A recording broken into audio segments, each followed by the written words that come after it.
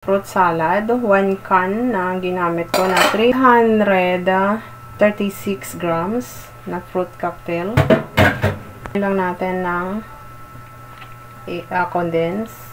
Ang gamit kong condense ay 1 cup na condense at mumurahin lang.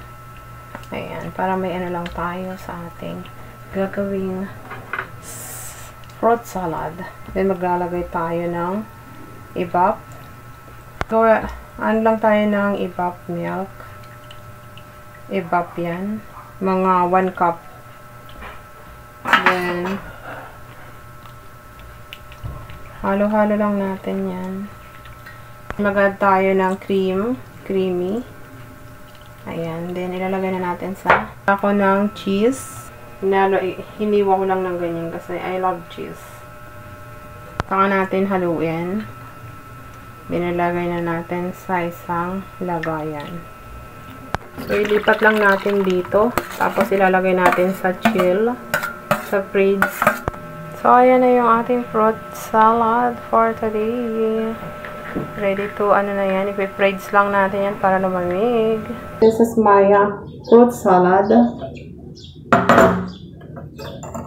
Let's put this one.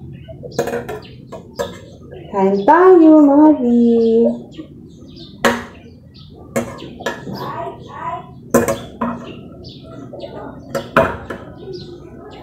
This one, guys, is good for holiday season, this coming holiday season.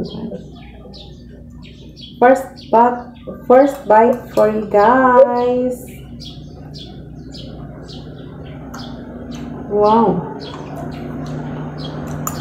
Can you hear me?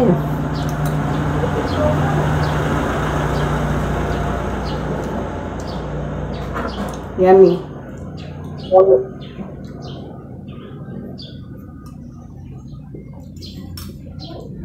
Yummy, guys. Perfect for this coming holiday.